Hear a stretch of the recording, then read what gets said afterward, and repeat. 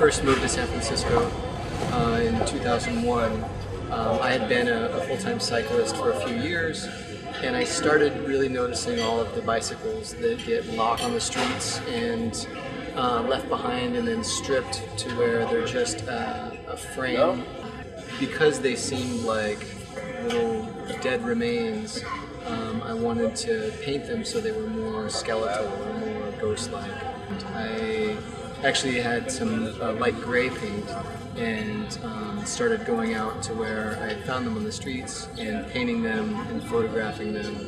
And I painted bikes for about 4 years throughout San Francisco. Whenever I would ride around and see them, I'd watch the bike for a couple of days and make sure that no one was coming back for it, and then I would go out one day and paint these things with a brush and take photographs, and then eventually put these things online. And then in 2005, one of my brothers said, "Hey Joe, have you seen what's going on with this ghost bike thing?" And I had no idea.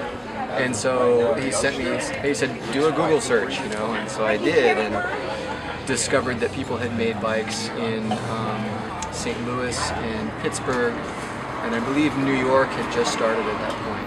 So I contacted the people that I could get a hold of shortly after I stopped painting bicycles, because I thought it would confuse people. I wasn't making memorials. So the iconography and the image and the name is all the same. But I don't know how that bridged over.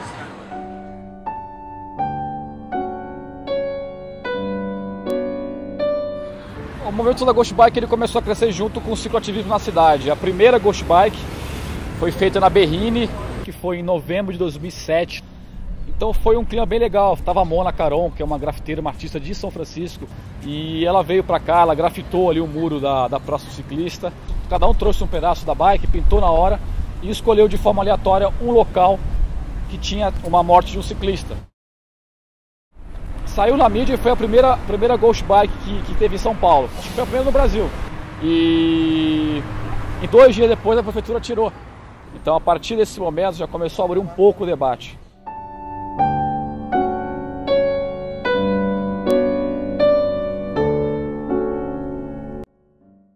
Eu estive presente na instalação de todas as bicicletas fantasmas da Grande Florianópolis.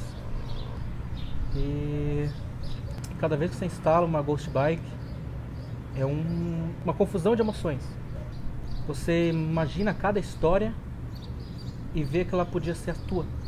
Com a instalação de cada Ghost Bike, você se sente cada vez mais um pouco mais impotente. Já foram instaladas 6 bicicletas fantasmas, Ghost Bikes, na região da Grande Florianópolis. O movimento começou aqui em 2008, no mês de agosto, pouco depois da vigência da entrada em vigor da Lei Seca. Acabou havendo toda uma comoção popular com a morte do triatleta, do Rodrigo Machado Lucianetti. Ele e o Marcelo Godoy, eles estavam treinando no acostamento lá da SC 402 em Jurerê. E um cara que então era poucos meses mais velho que eu, sabe? Tinha minha idade, tinha 21 anos na época. Ele saindo de uma balada, jogou o carro no acostamento da outra pista, vamos dizer assim. Enquanto o cara estava indo para Jurerê, o ciclista estava no acostamento, saindo de lá.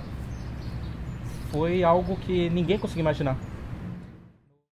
Naquele dia nós tínhamos combinado com outros 2 colegas de fazer um treino, a gente ia treinar 140 km do treino. 140. E aí nós marcamos lá no Taikô, como a gente sempre fazia todos os domingos. Com o Rodrigo e mais 2 amigos, às 7 horas da manhã. Aí chegou o Rodrigo, sempre o primeiro a chegar, Caxias. Cheguei em segundo e os outros 2 não apareceram.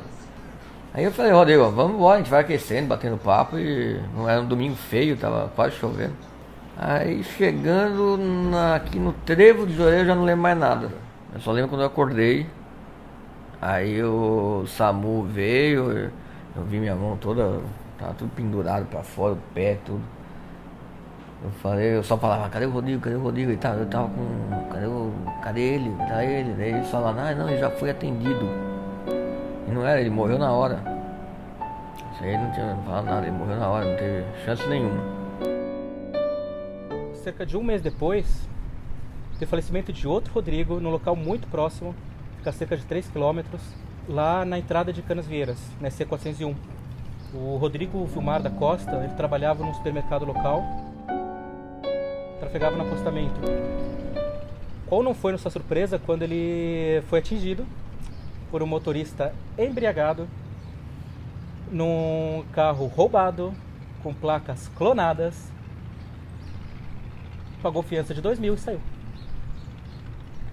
O Rodrigo Vilmar da Costa acabou falecendo dia 13 de setembro de 2008.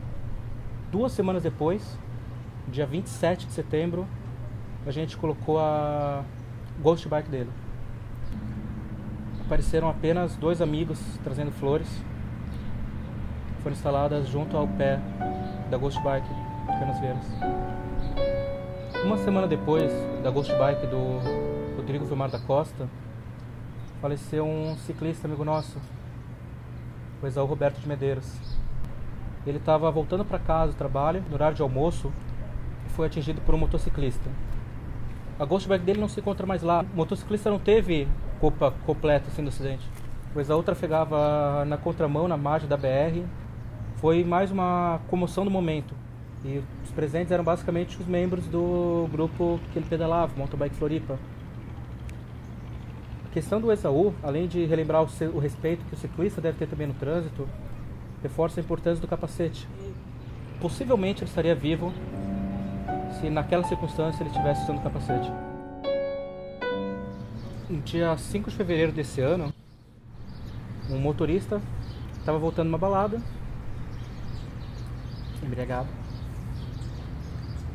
acabou atingindo 2 guris, 2 jovens universitários.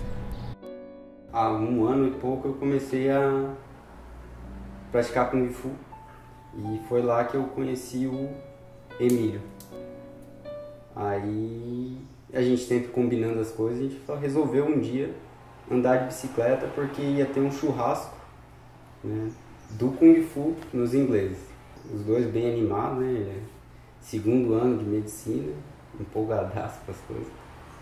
E a gente começou a subir ali no João Paulo e de repente eu acordo no chão já.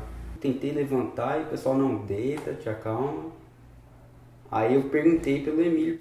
Ninguém falou como é que ele estava. Falou, não, te preocupa contigo que ele já está sendo atendido e tal. A morte está sempre junto com a gente. Toda vez que eu passo lá, é uma memória. Vai ficar para sempre, não tem como. Nós aproveitamos a ocasião, instalamos também a Ghost Bike do Hector. O Hector César Galeano, ele faleceu na noite do dia 3 de janeiro de 2012, atropelado numa ciclofaixa próximo ao trevo de Canasvieiras, pouco depois da inauguração da duplicação de uma rodovia. O Hector era argentino, assim como quase 2.000 pessoas aqui na cidade, e tinha criado família aqui.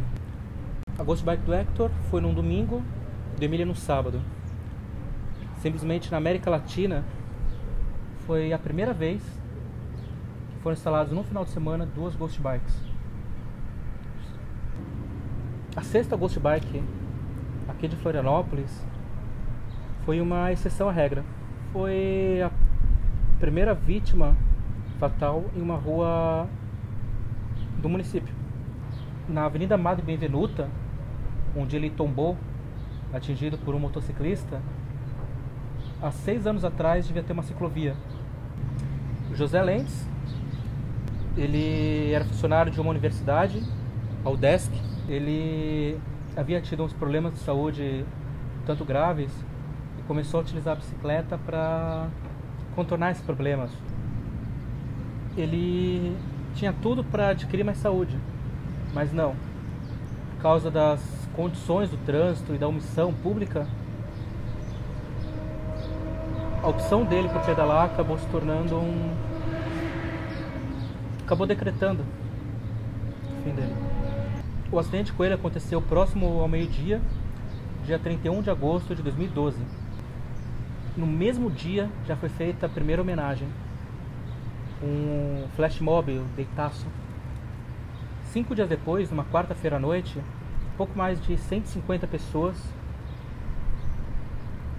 tomaram parte nas manifestações no Pedal do Silêncio e na instalação dessa 6ª Ghost Bike da cidade. É meio difícil falar de sobreviventes em relação às bicicletas fantasmas. O Marcelo e o Nicolás foram os únicos que a gente tem notícia que sobreviveram em acidentes, faleceram ciclistas e depois foram colocadas Ghost Bikes.